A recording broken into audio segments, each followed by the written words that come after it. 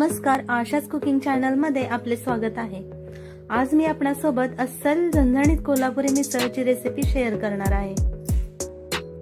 चला तर मग मिसळ बनवण्यासाठी आपण सुरुवातीला इथे 1 पाव मोड आलेली मटकी घेऊयात आणि मिसळची तर्री बनवण्यासाठी त्याच्यामध्ये भरपूर पाणी घालायचे आणि मटकी शिजवून घ्यायची आहे।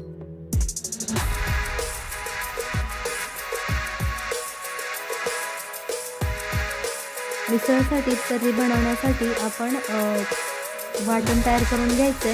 त्याच्यासाठी मी एका तव्यामध्ये थोडेसे तेल टाकलेले आहे आणि 1 चम्मच जिरे, 1 चम्मच शहा जिरे टाकलेले आहे आणि 1 चम्मच काळी मिरी आणि खोबऱ्याचे थोडेसे तुकडे टाकूयात आणि 4-5 वेलची,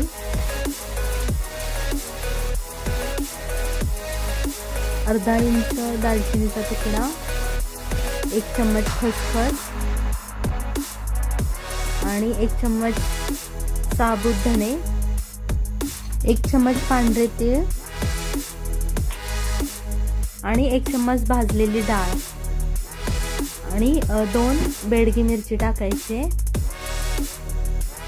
आता हे सर्व मिश्रण आपण कमी गॅसवरती भाजून घ्यायचंय।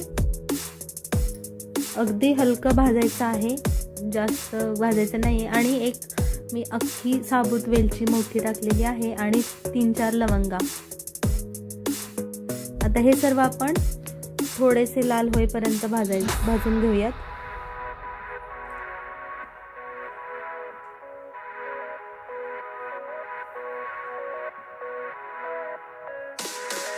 हे बघा, आपलं मसाला भाजून झालेला आहे। आता हे मी एका मिक्सरच्या भांड्यामध्ये काढून घेते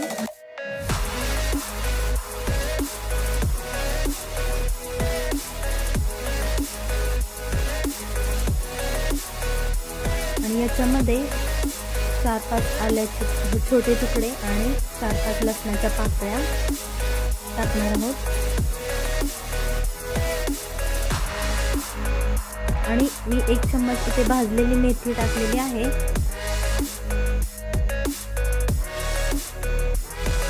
आणि आपण एका साईडला गॅसवरती एक अख्खा कांदा भाजायला ठेवायचा आहे। अशा प्रकारे तो मध्ये काप करून भाजूयात त्याला, त्यामुळे तर्रीला छान फ्लेवर येतो। आपला कांदा भाजून झालेला आहे, याची साल काढून हे आपण मसाल्यामध्ये टाकायचं आहे। हा मसाला अगदी थोडेसे पाणी टाकून आपण बारीक करून घ्यायचंय आणि आता आपली मटकी शिजलेली आहे। आपण मटकी साईडला काढून घेऊयात आणि त्याच्यातील पाणी आपण तर्रीसाठी वापरणार आहोत।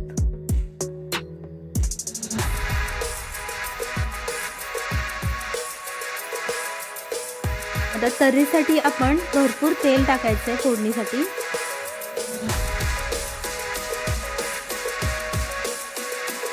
1 वाटी बारीक चिरलेला कांदा टाकूयात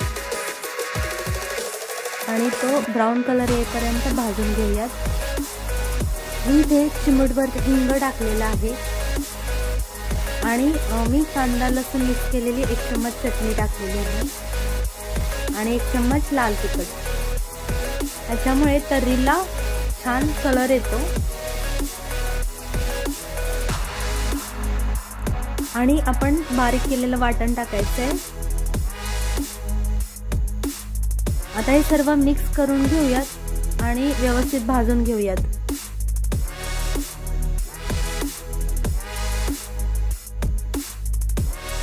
मिश्रण छानपैकी भाजून झाल्यानंतर त्याच्यामध्ये मी 1 चम्मच हळद टाकलेली आहे। मसाला छानपैकी परतण्यासाठी थोडंसं पाणी टाकून घेऊयात आणि परत मिक्स करून घेऊयात आपण।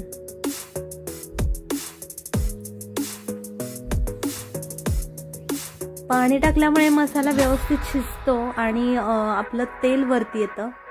हे बघा, तर्रीसाठी तेल कसं वरती आलेलं आहे आणि आपण शिजवलेल्या मटकीचं पाणी टाकूयात। तुम्हाला जेवढी तर्री हवी असेल तेवढं तुम्ही पाणी वाढवू शकता।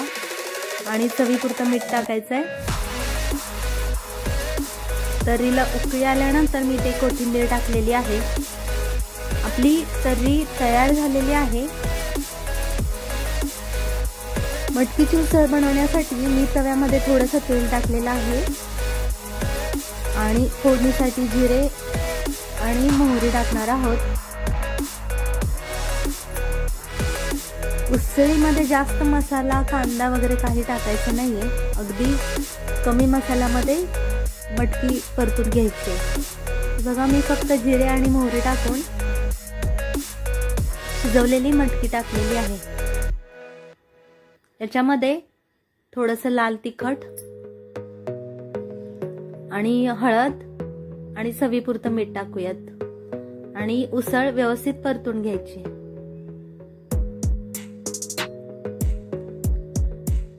मिसळ मस्तपैकी होण्यासाठी आपल्याला उसळ, बटाट्याची भाजी आणि तर्री हे पदार्थ बनवायचे आहेत. आता आपली उसळ तयार झालेली आहे आणि आता बटाट्याच्या भाजीसाठी मी ते तेल टाकलेलं आहे.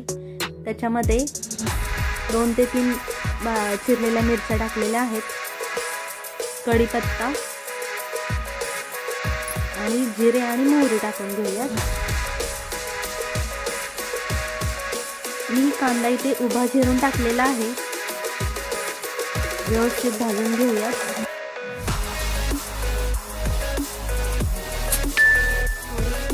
टाकायचे आणि मी बटाटा स्मॅश करून टाकलेला आहे. अगदी मोठा मोठा स्मॅश केलेला आहे हाताने.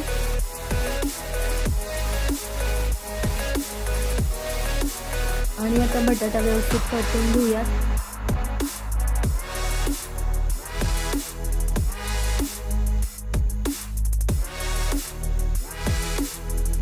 थोडीशी कोथिंबीर वरून टाकायची आणि चवीपुरतं मीठ. आता आपली बटाट्याची भाजी तयार झालेली आहे. मिसळ आपण सर्व करायला घेऊयात. शेजारी दही, 2 पाव आणि मिसळसाठी सुरुवातीला बटाट्याची भाजी खाली टाकायची. त्याच्यानंतर मटकीची उसळ आणि फरसाणा टाकूयात आणि याच्यामध्ये आपली तर्री टाकायची आहे.